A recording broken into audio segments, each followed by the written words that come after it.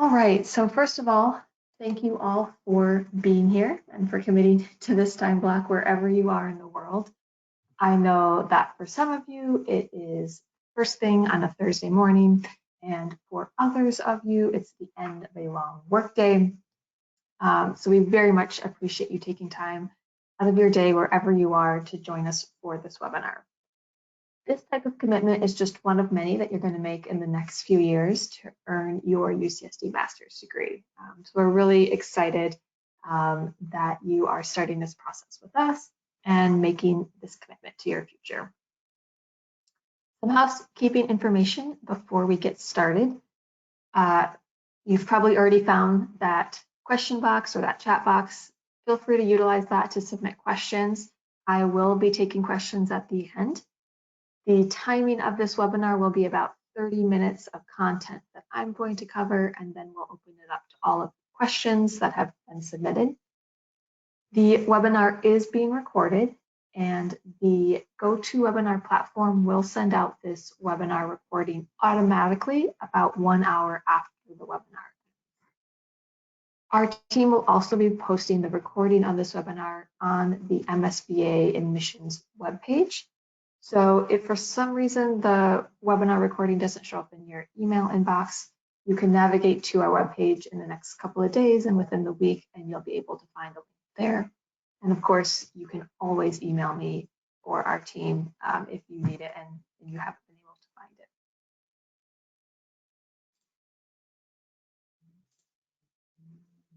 So before we get started into the technical content of this webinar, I kind of want to take a step back.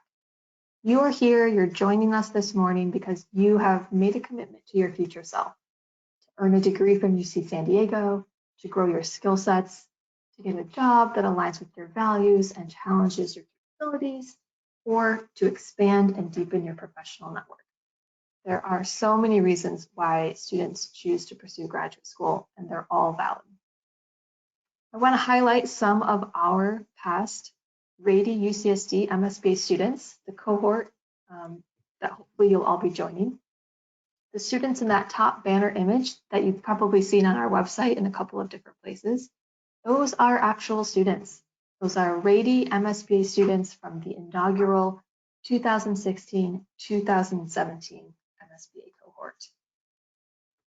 So it may seem hard to believe now, but in about 2 years, that's about 24 months, you too could be donning your Rady commencement regalia, just like the students that you're seeing on the screen, with your navy blue and gold UCSD stole around your neck, that black tassel swinging in front of your eyes, as you and the rest of your cohort walk across the REMAC field to the March of Pomp and Circumstance. So the journey to get there is going to be overwhelming, it's going to be frustrating, exciting, and it's probably going to encompass a lot of late nights. The first step to making your UCSD dream a reality is to submit a great application. And that's the process that we're going to be starting together today.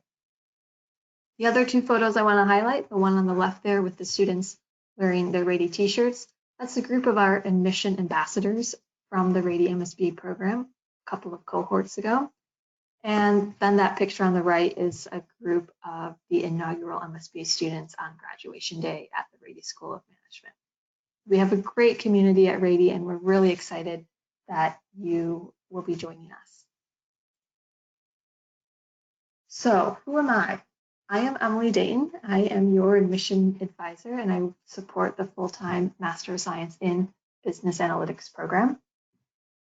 At the fundamental level, my role is really to provide you with information on the application process to this program and how to best demonstrate your skills, what the admissions committee is taking into consideration when reviewing applications. The challenge is what I'm hoping you will accept is to take this knowledge and this insight and create your highly competitive application that best reflects who you are and the skills that you have to offer. I have been the admission advisor for this program for 6 years. That is as long as the program has existed. I've been here since the beginning. And this means that I have worked with every single applicant to the program. That's about 6,000 submitted applications that I have read It's over 2,100 interviews that I've either led or watched and participated in. And it's about 450 incoming students that I've supported. So I've seen how the admissions committee makes decisions, what skill sets are most ideal for the program, and in general, themes and applications that are ultimately offered admissions. And so today I'm going to take what I have seen and share this with you. And ultimately, I'm just here to help you. I think you and I, we have the same goal, which is to help you get an admissions offer to the program. And so my hope is that I can demystify the process and give you a bit more confidence to apply to and move through the application process. We know that it's really confusing, it's anxiety provoking, it feels like a big black hole of uncertainty, and then you're doing the same thing with a lot of different schools. And so we're here to hopefully make that process a little bit less stress for you.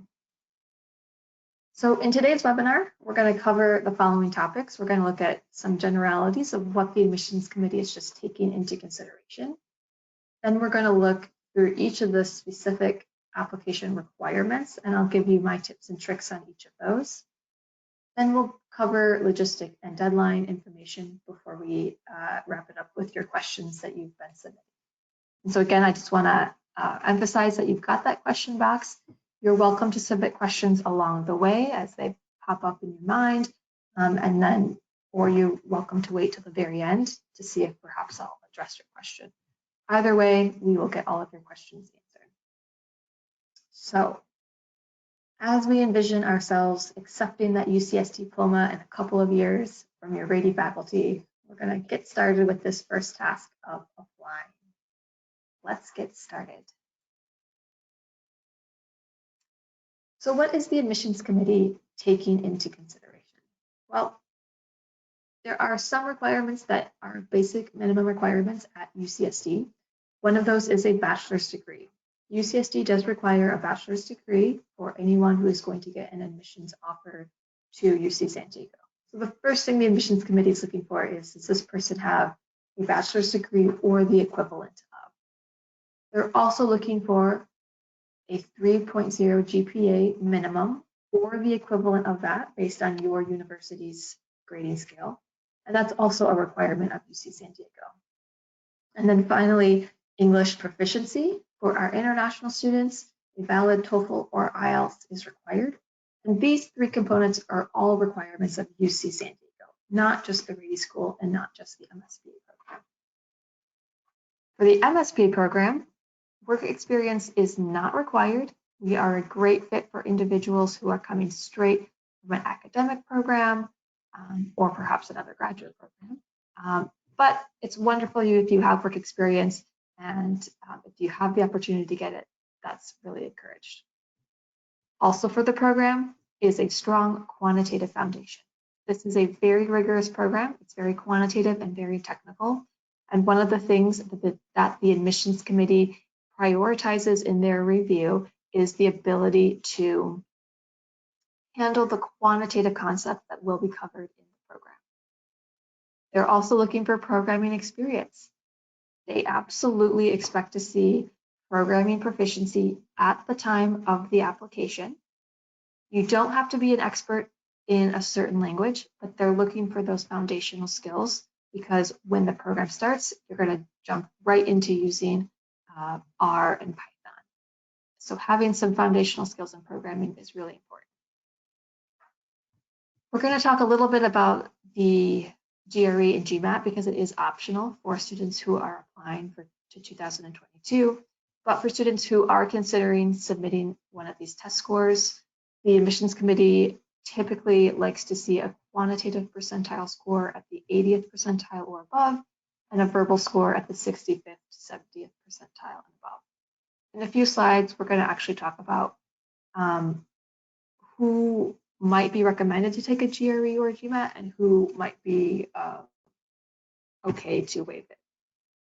And then finally, professionalism and communication.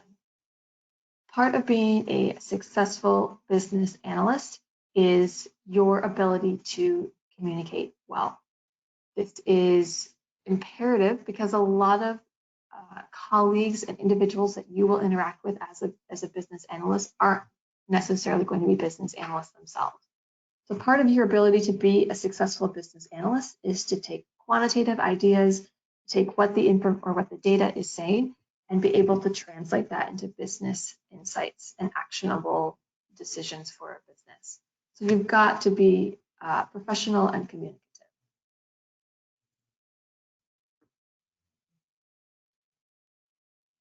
All right, so what are some other admissions considerations? Well, academic readiness. This is kind of where that 3.0 GPA or the equivalent of comes into. For this, they're looking at things like major and minor, relevant coursework and grades, your GPA and the trend of that GPA. Did you struggle in the beginning of your academic experience?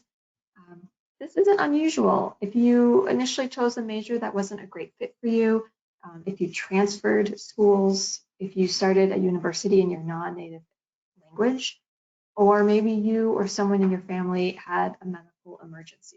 There's a lot of reasons why your undergraduate career might not have gotten off to a great start, and that might have affected your GPA, and that's okay. The admissions committee will look at the trend in your grades. They'll look if your university or institution offers a major GPA versus a cumulative GPA, or a last 2 years GPA versus a cumulative GPA. They'll take all of that into consideration.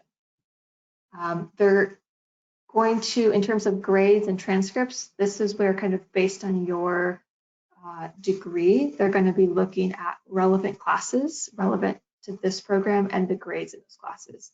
So maybe you didn't do so well in some of the random electives that you took that aren't related to your major, but maybe you did really well in your major. Or maybe you had a major that was more in the humanities area, but you had a STEM minor. Did you do well in those classes? Because those are the classes that are more likely to be applicable to this program.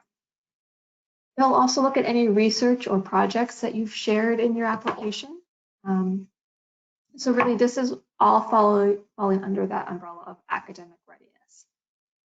This is a very rigorous program, and so the priority of the admissions committee is to make sure that anyone that they admit is going to be academically successful with the material that's going to be covered in this program.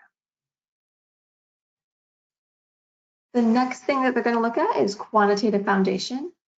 These are kind of the hard skills. This is an MSBA program, so this is things, statistics and probability, working with regression models, concepts like neural networks, decision trees, random forest, etc.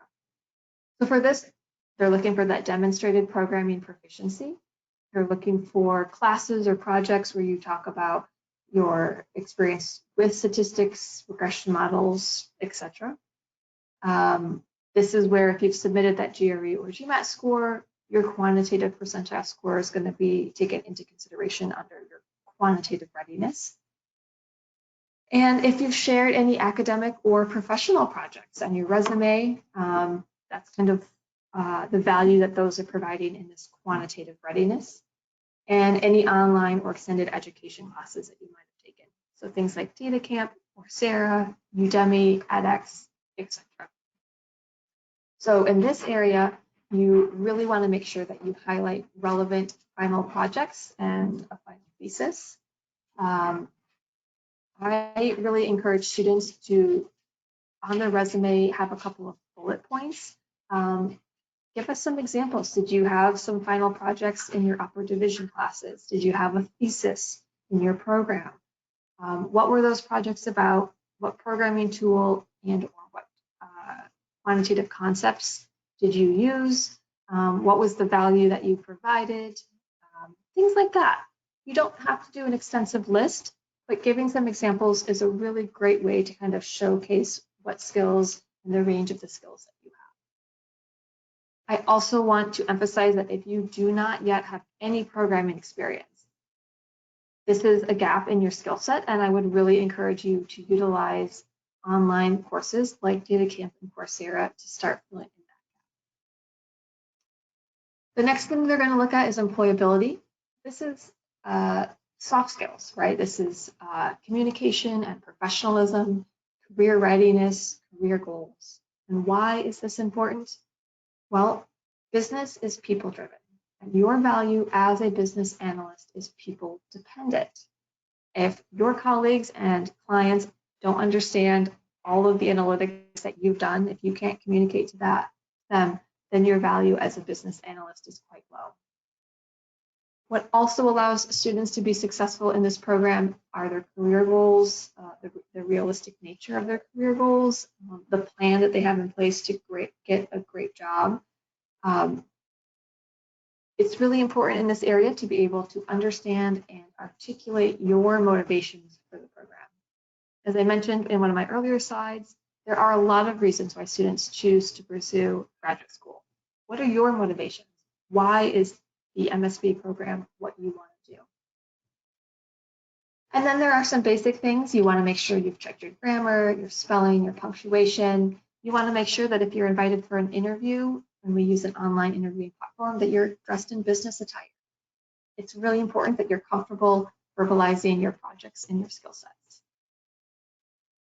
And finally, Rady fit. How are you a fit for this cohort, for the innovative, collaborative environment of Rady? There are a lot of wonderful MSBA programs out there, but you're choosing to apply to Rady. What is it about Rady's program that attracts you? It's very important to the admissions committee that they bring in positive, hardworking, engaged students into the cohort. This is a cohort-based program, meaning that everyone starts the program together, moves through the program together, and graduates together. And so the energy and contributions of any single individual do affect the overall energy and experience of the cohort. And so it's important to them that they're bringing in people who are going to be positive contributors. And where is the admissions committee taking all of this into consideration? Well, they're looking at your statement of purpose. They're looking at side projects. Side projects show proactiveness and you like doing analytics and working with quantitative concepts for fun. Are there specific courses, professors, research at Rady that aligns with your goals or is of interest to you? That doesn't mean you have to go through and make sure you talk about every single one in your application, but think about what is attracting you to Rady's program over many of the other programs that are out there. And then to reemphasize, these are kind of the 4 different things the admissions committee is taking into consideration, but they're not necessarily equal. That quantitative foundation is hugely important. So just because someone might have great soft skills and be a superb fit for Rady, if they don't have the basic quantitative foundation, they're not going to be a great fit for the program, and they're just not going to be successful. Excuse me. All right, so we're going to transition a little bit into actual application requirements. So the first is the online application. Everything is, I'm going to just send you in the chat there. So hopefully in the chat you've received a link. This is taking you to the direct login page for our application, which you can just get there by our website. It will take you to the screenshot that you see there, the sign-in screenshot that you see on the screen. If it's your first time navigating to this webpage, you will need to click the sign up button and actually create an account. Once you do that, it's going to send a link to your email that you entered, and then you can access it for the first time via that. After that, you can return to this page and simply sign in anytime you need to access the online application. I would really encourage you to all, if you haven't started an application yet, click on that link that I just shared with you, or navigate to our website and start your application as you are listening to me speak right now. The first admission document that is required are unofficial transcripts. Unofficial transcripts and documents are absolutely acceptable for the application process. Transcripts must be in English. So if your university does not issue transcripts in English, then you will need to take your transcripts and get them translated into English by a certified translator. We find that most of the students that we work with their institutions do issue them in English. If you do have to get them translated by a certified translator, when you submit your documents, you do need to submit the transcripts in the original language as they've been issued, as well as the certified translation. For our international students, you also must include a copy of the diploma indicating that your degree has been received, and that can be just a copy. In terms of the GRE or the GMAT test score, as I mentioned, this is temporarily waived for our applicants for next year, for the 2022 program start. Typically, what we recommend is that if you have a non-quantitative background, you consider taking the GRE or the GMAT. And this is because if you have a non-quantitative background, the admissions committee, because as we just learned, quantitative foundation is really important, the admissions committee is going to be paying a little bit more attention to kind of understanding what your current quantitative potential is. And if your degree that you earned in undergrad is not quantitative, the GRE or the GMAT can be a great way to kind of balance that out, to demonstrate to the admissions committee, I know I didn't study a quantitative major, but I do have quantitative skill sets here. Let me show you that in my standardized test.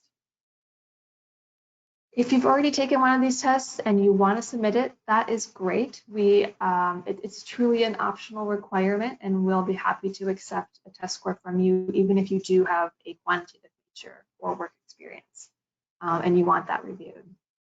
We say optional, it truly is optional. It's not a trick question where we say it's optional, but secretly we're hoping that you submit it. It's truly an optional requirement, an optional component of the application. And so students who choose not to submit it, there is no punishment or negative consequence. The application process for this program has always been holistic, meaning the admissions committee looks at the entire application and they use all of the information that you have provided to help them make their decision. So the GMAT or the GRE test score is simply one component. I do want to emphasize that if you are including a test score with your application, the official test score must be released from the testing institution, and it must be confirmed by our team before the deadline that you would like to be considered for. If your application comes in, if you've indicated a test score, and we cannot verify it in that test scores database, then your application is going to be on hold until we see that test score. So it's really important that if you are going to include a test score, that you make sure that official test score is released. And then just to reemphasize, that GRE or that GMAT test score, even though it's optional, it can be a great way to balance out areas of the application. So if you have a non-quantitative background, or maybe if you have a weaker area of your application, such as a lower GPA, it's a great tool to kind of use in that way.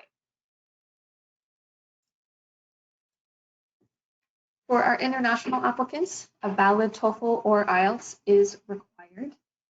The official score must be sent prior to your application review. So if you are an international student and you have a TOEFL IELTS score that you will be submitting, I highly encourage you to work with either ETS or IELTS to submit that official score right away. You can submit that request today, and by the time you go to submit your application on the online platform, your official score will likely have already been released to Rady, and our team will be able to. UCSD does offer the English proficiency waiver for international students if you have studied for at least one full academic year in a country such as the United States, Australia, New Zealand, Canada, England, UK, etc.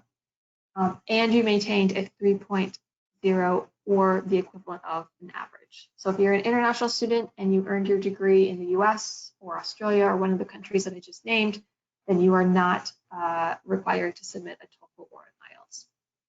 If you're an international student who studied in your home country that I didn't name, but maybe you studied on the campus of a US university. So for example, the New York University University Shanghai campus. That does not meet the eligibility to waive this requirement. So you would still need to submit a TOEFL or an IELTS.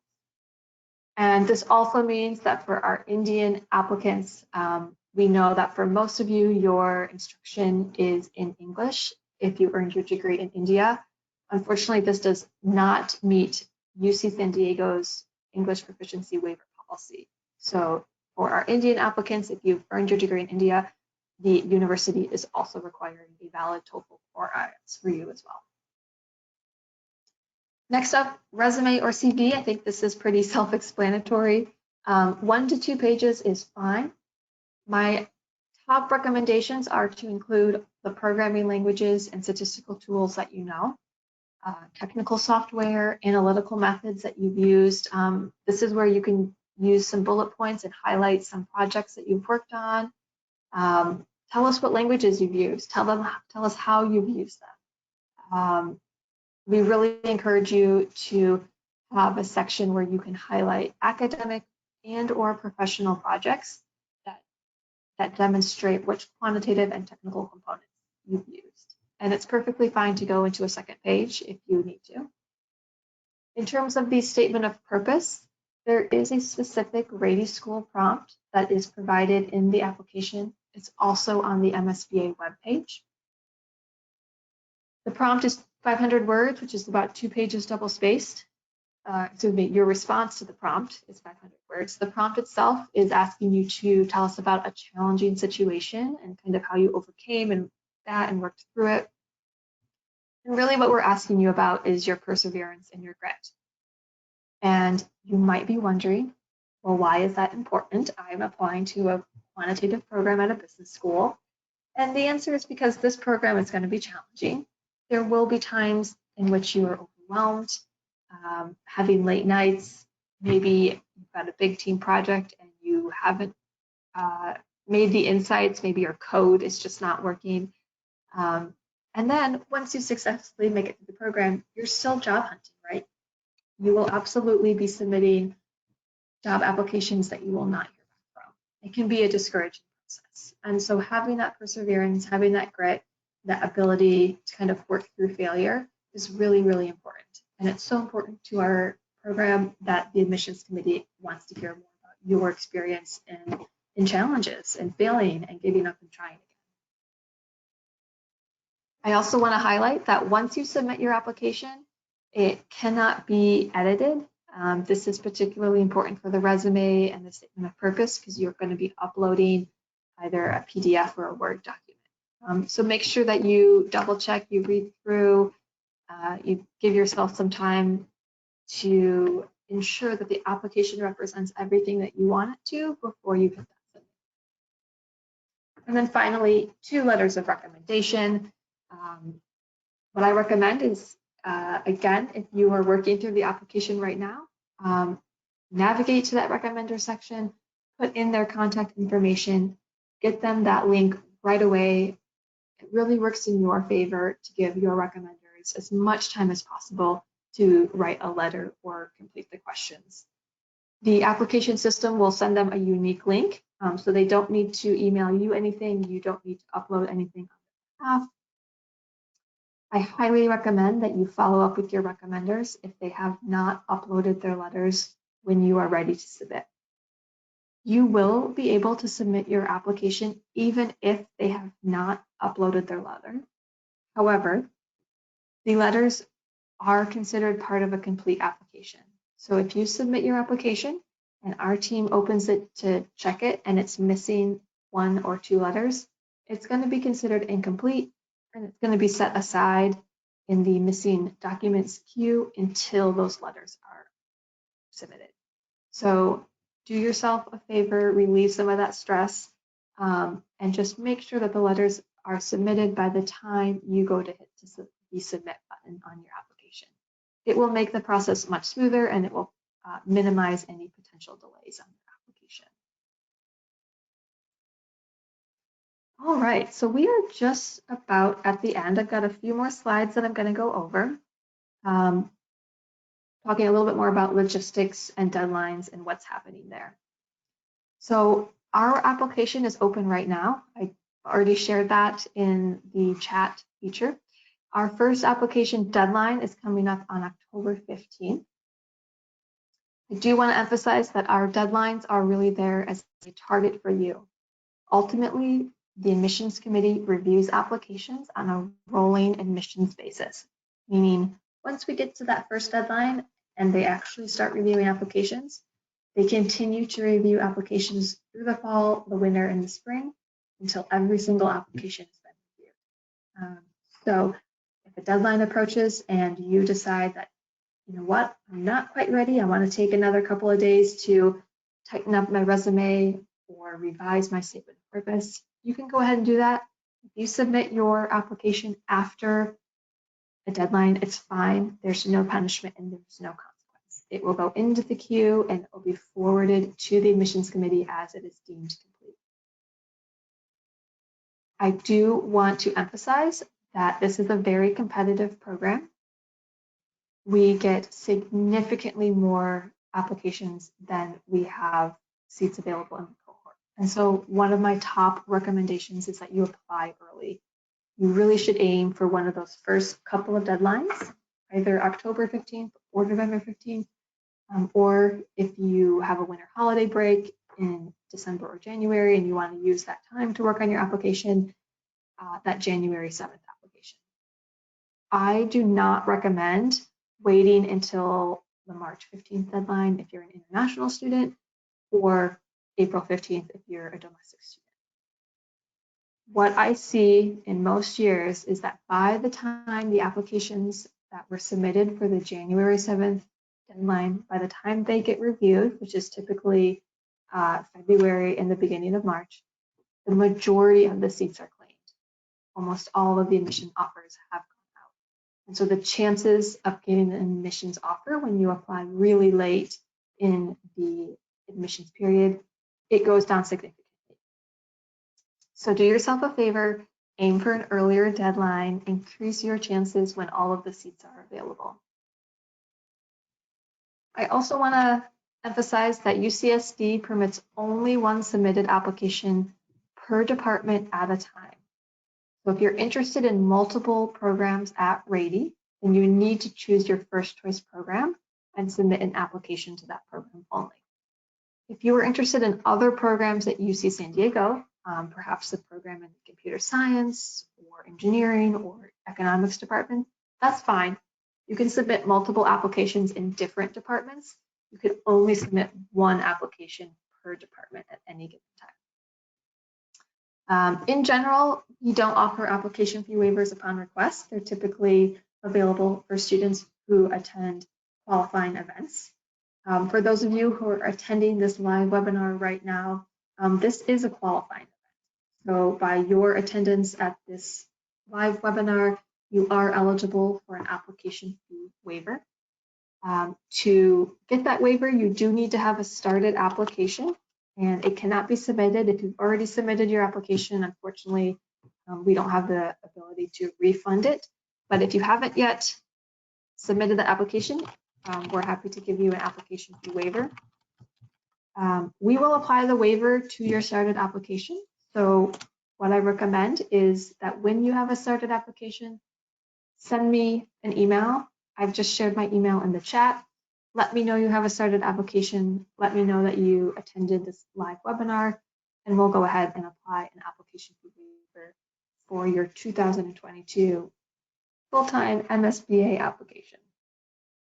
For those of you who are listening to this as a recording later on, unfortunately, that does not qualify you for a waiver. The waivers are only available for those students who are listening to this live.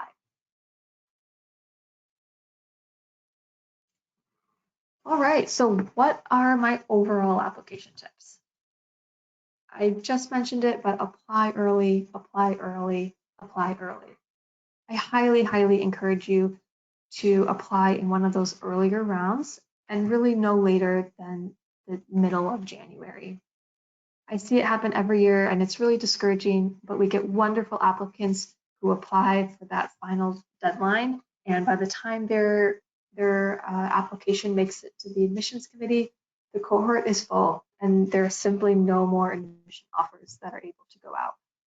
And every year the admissions committee has to turn away some really wonderful students that we just simply don't have room for. So if you're serious about being in this program, the number one thing is I recommend applying either in the fall or in the very, very early winter. My second recommendation is that you ensure that your application is complete upon submission. So this includes making sure that you have requested the release of official test scores to UC San Diego, that you ensure that both of your recommenders have uploaded their letters or completed the questions that we asked. Again, one of the most frustrating things I see is when a student does submit their application and then we are just waiting for that final letter of recommendation to come in. And sometimes I've seen applications sit there for 4, 5, and 6 weeks. And meanwhile, all of the other applications that are being submitted are getting pushed forward for review. So do yourself a favor, minimize some of that stress around that time, and just make sure that when you do submit it, everything is there. That allows our team, when they open it for that first time, to check that everything is there, is to move it forward right away. As I mentioned, programming proficiency is an expectation for this program at the time of application. So it's very important that you demonstrate programming experience in your application. And my recommendation is have some specific use examples. These can just be a couple of bullet points on your resume. They can be academic projects, they can be professional projects, they can be maybe a project if you moved through a data camp or Coursera certificate. Really, what the admissions committee is looking for is an understanding of what do you know, what is your level of working with that language or that tool, and how have you used it. Are you a complete beginner with R, but you're really proficient in Python? Have you done web scraping? Are you, maybe you've never studied Python or R, but you've spent 4 or 5 years working in C, C++, or MATLAB or SQL. Share that with us. That is incredibly helpful to the admissions committee. It's also important that you, when you indicate your career goals, and this is a question on the application, that you give specific information about which companies, what roles, and what type of business units or business problems are you interested in. We know for a lot of you that there are some really dream companies: Walmart, Facebook, Netflix, Amazon, and Google. Those are typically the big ones. To simply say that you just want to work at Amazon or Walmart isn't enough. Those are huge companies. They have so many areas that they're covering. What is it that you want to do? And having that specificity allows our career team to better support you, and it increases your chances of actually being successful in that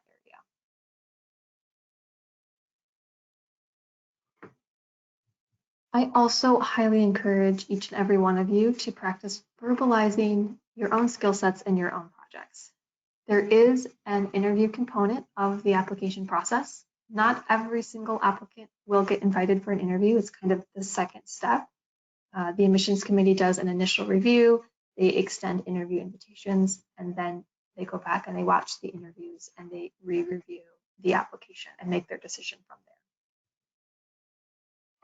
A lot of students, for many of you, if you have professional work experience, you're probably used to talking about your projects, maybe to a manager or to a team or to a client. But for some of you, this isn't the case. Maybe you've never really had to talk about the skill sets that you have, how you've used them, projects you've worked on, why you took the approach that you did on that project. Was it successful? What would you have done differently, etc. It's really important that you kind of have some ways to pitch yourself, that you have some examples you can call on.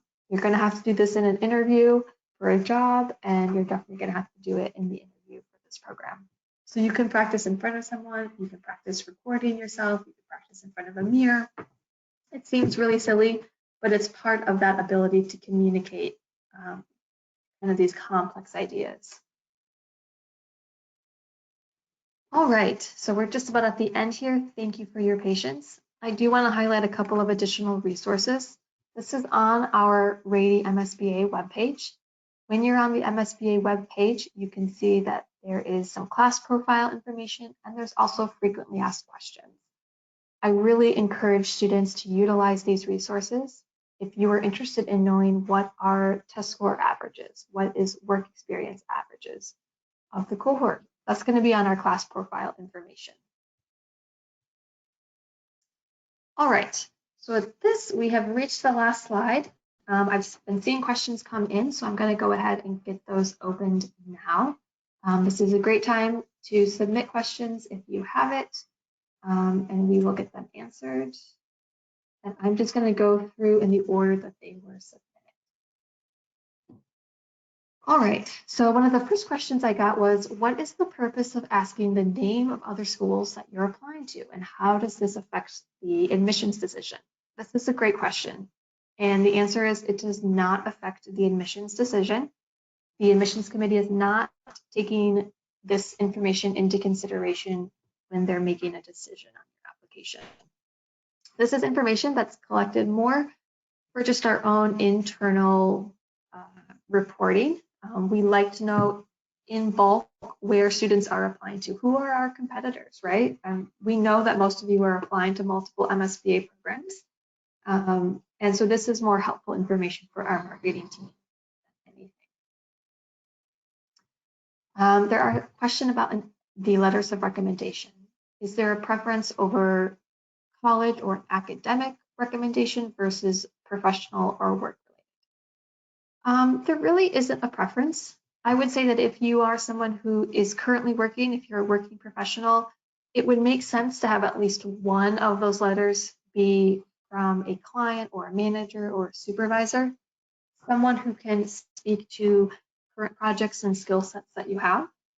But if you don't have work experience, or maybe you don't want your manager to know that you might be leaving your job to go to graduate school, and you're more comfortable asking some professors, that's perfectly fine too.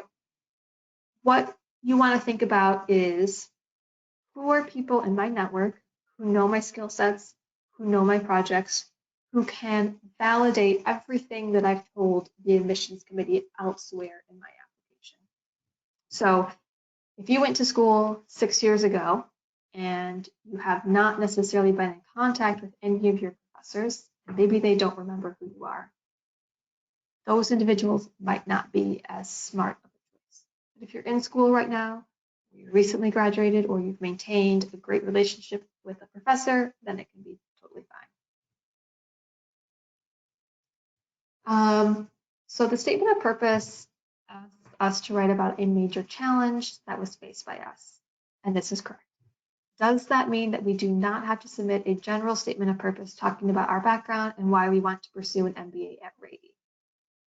That is correct. So in the application, there are a few short answer questions, and literally 1 to 2 sentences. The first one's going to ask you about your career goals. The second one's going to ask you about like why the MSBA and why Rady. Actually, I think there's 2 about career goals.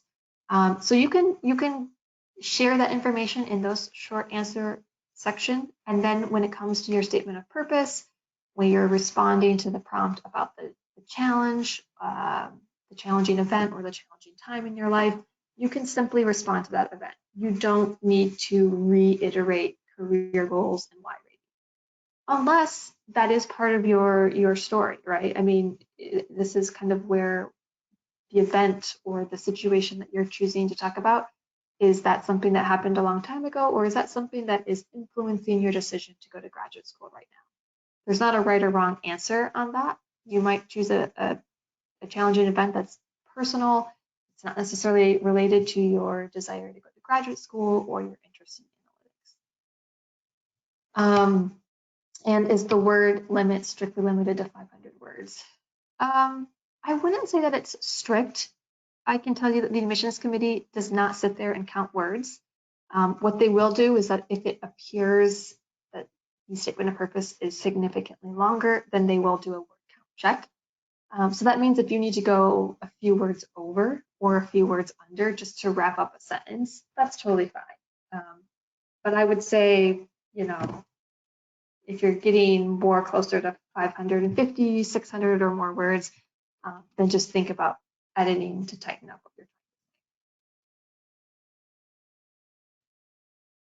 trying to say. Is there a reapplicant essay if I had applied in a previous year and gotten admit, but then couldn't pursue the program? This is a great question because, as we know, the pandemic situation of the last year and a half really significantly impact a lot of students' ability to pursue what they've been hoping to pursue. In this case, there is not a reapplicant essay. There is a section in the application called an optional essay. It's just essentially a blank space. I would say that if you have additional information that you would like to share, if you want to emphasize that you were an applicant in the past, you can acknowledge this in that optional essay area. Depending on how far back you applied, if you just applied last year or even the year before that, chances are that we still have your information in our system. We might not have the specifics of your previous application. The university has switched application platforms a few times, but it's likely that we can see that you've been in contact with us in the past. Is there a preference, R versus Python? There is not.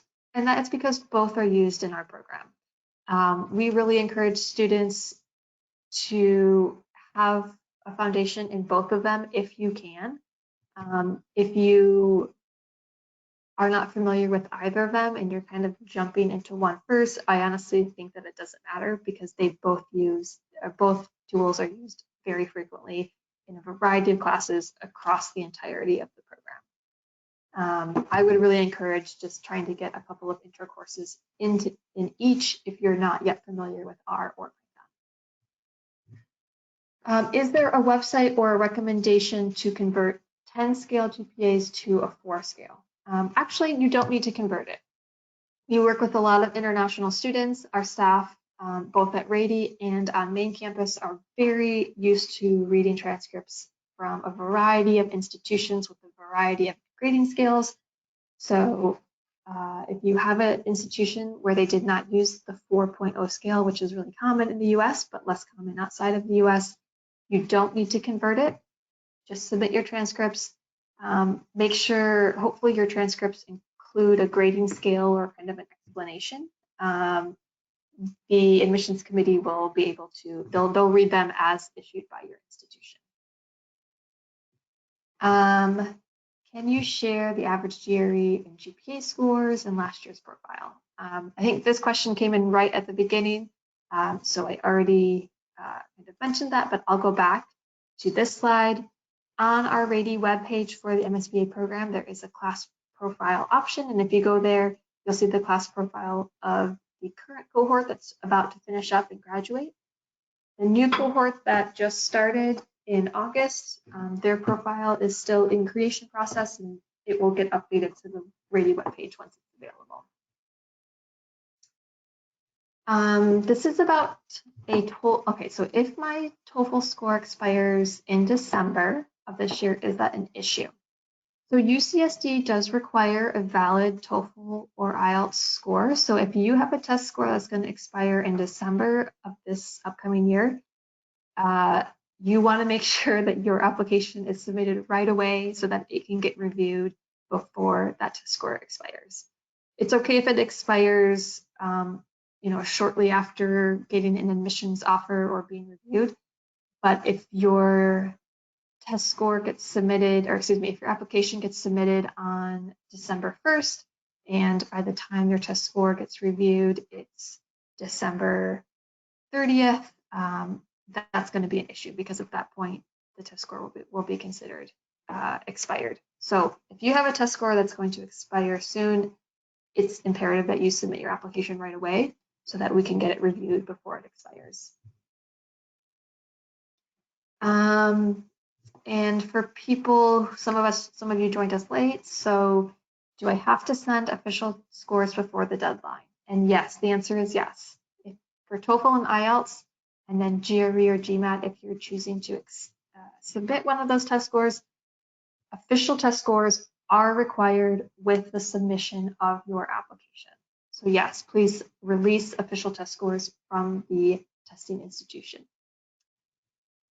Next question, what kind of visa category will we fall under? So for international students, the majority of international students who join our program are on an F1 student visa. That is what is going to allow you to study full-time in the United States. The MSBA program is a STEM designated program. So an additional benefit of being on that F1 student visa is that when you graduate from the program, you get the 1 year of OPT. The STEM designation allows our graduates to apply for the 2-year STEM extension.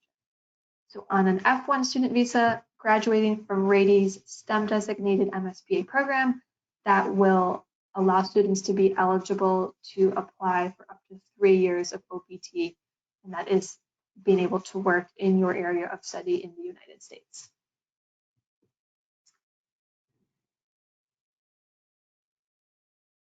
All right, next question. How quantitative is the program and how much data analytics do we learn? The program is highly quantitative.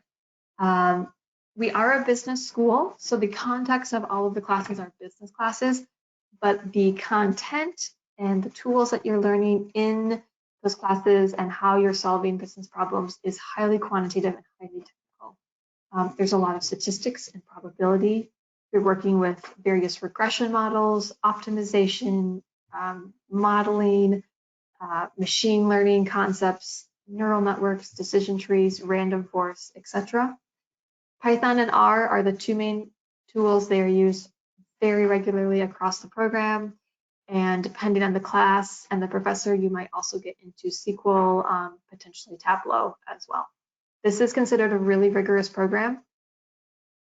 It is challenging and it is overwhelming from the beginning for a lot of students. Eventually you find your rhythm, you learn how to work together, you feel more competent in the content you're covering, but it is very challenging. Capstone industry partners. Yes, absolutely. So we didn't cover that in today's webinar. Today we were just focusing on the application process. The executive director and I will be doing an additional webinar probably at the end of October where we talk exclusively about the Capstone project experience and the companies. But yes, Rady does utilize real companies who are supporting the specific Capstone project sponsors. So either you can listen to last week's webinar, which will also be posted online, or just pay attention and join us for the webinar that we're going to do in October. That will come.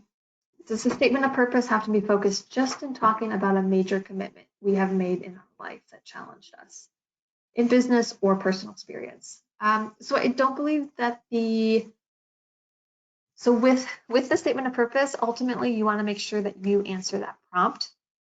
The prompt does not specify if it is business or personal, and that is intentional, right? What the admissions committee is looking for is just an understanding of your grit, your perseverance, your not giving up even when you kind of get knocked down sort of situation.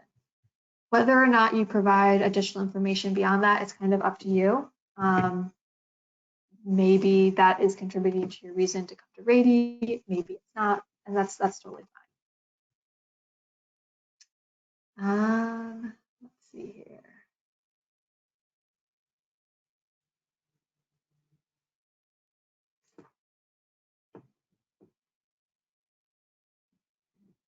If I took the TOEFL or GRE test and I indicate that the results should be sent from ETS, is there a way to validate that the results actually make it to us? So you've requested your test scores be released, but you don't actually know if they get released.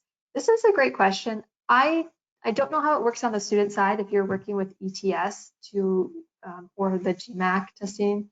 What I will say is that if we get your application and we cannot find your test scores in their systems, we will email you. You will get an email from our staff if any items are missing in your application. So That's typically a situation in which if you don't hear from us, then it means we have everything that we need. And if we are missing something, our team will email you. Also, I believe there's a checklist on the application portal. I don't know that it actually has a checklist item for official test score, but I do believe it has a checklist item for some other components. And then a great question about just kind of the quantitation component. So there, online or extended education classes, there's GRE, there's, we're highlighting the programming. What else can we provide? I think that's actually pretty sufficient. You'll have transcripts, and so the admissions committee will have that. And if you have a test score, if you've done online or extended education classes, if you've purchased a certificate for those, I know with Coursera and DataCamp, there's an option to get the certificate. That's usually the component that's costing the money. If you have a certificate, you're welcome to upload those certificates. It's just additional pages after your resume. If you didn't choose to purchase the certificates, that's fine. You would want to make sure that you've indicated those things on your resume. Here. Application fee waiver. So as I mentioned, for those of you who are listening to this webinar live, you are eligible for an application fee waiver for the 2022 full-time MSBA program. I included my email address in the chat box. So when you have a started application, send me an email that you were attending this live webinar, and we will get the application fee waiver applied to your started application. You must have a started application. We have to apply it to a certain application. And unfortunately, we cannot give refunds. So if you've already submitted an application, unfortunately, there's not much we can do about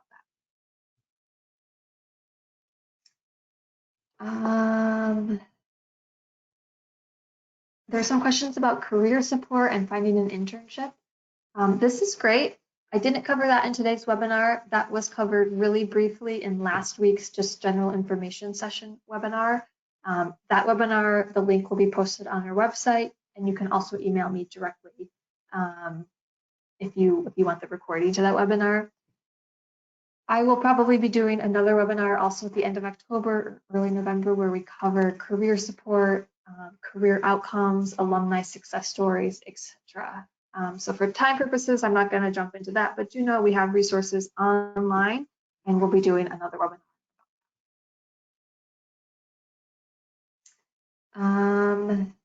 Can we apply for data science roles with an MSBA degree? Yep, absolutely. It really depends on the nature of that role. A business analytics degree is data science. It's just using data science in business decision making. And so the additional benefit of an MSBA degree is that you're getting that quantitative and technical content, and you're also developing the critical thinking skills of how do I apply these tools and this information to solving business problems. There are a lot of other ways where data science is used outside of business. That's just one area, right? You can use data science for climate change and oceanography and weather, but we're business analytics, so we're using data science in business decision-making context. All right, and if the undergraduate transcript is not quantitative, does continuing education, such as an extension program or a master's degree, count in the GPA? So if you did study in a non-quantitative undergraduate degree, but you've completed other certificate programs or maybe a master's that's quantitative, that is absolutely going to be considered, right? The admissions committee is going to see everything that you've shared with them about your academic experience, whether it was a certificate program, UC, or extension classes, or extended or online education.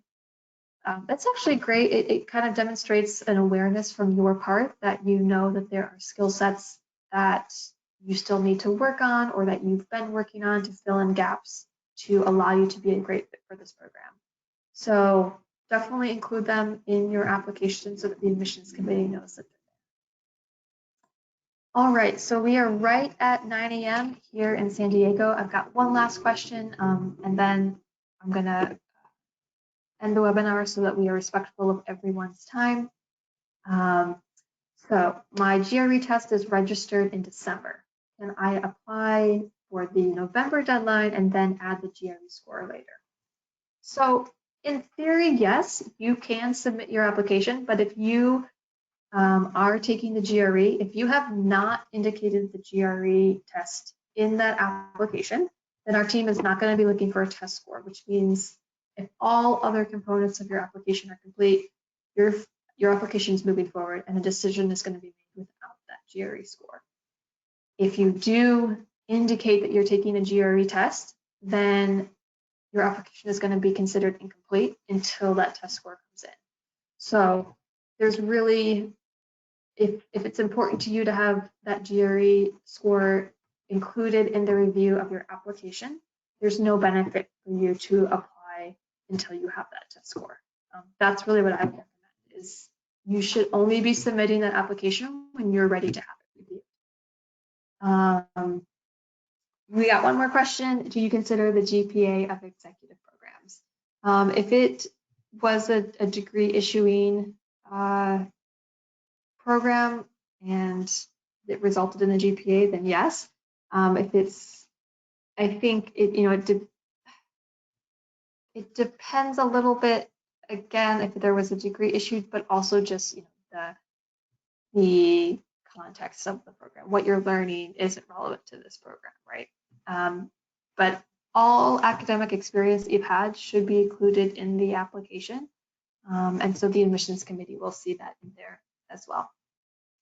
All right, everyone. I got most of the questions. If I didn't miss yours, or if you're feverishly typing in a question, I think due to the interest of time, I want to be respectful of those of you who are joining us live and those of you who are listening to this recording, because we are at the 1 hour mark.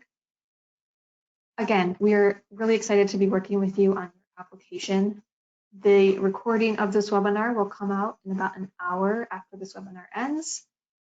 If you have questions, you're always welcome to reach out to our team. I've already shared my personal email address, but I'm also going to share our general email inbox. You can email this email as well, and the staff who answer that email can help you. Thank you all very much for joining us, for taking time out of your morning or your evening, wherever you are in the world. We're very excited to work with you and excited to have you as part of the Rady MSBA cohort in 2022. Take care.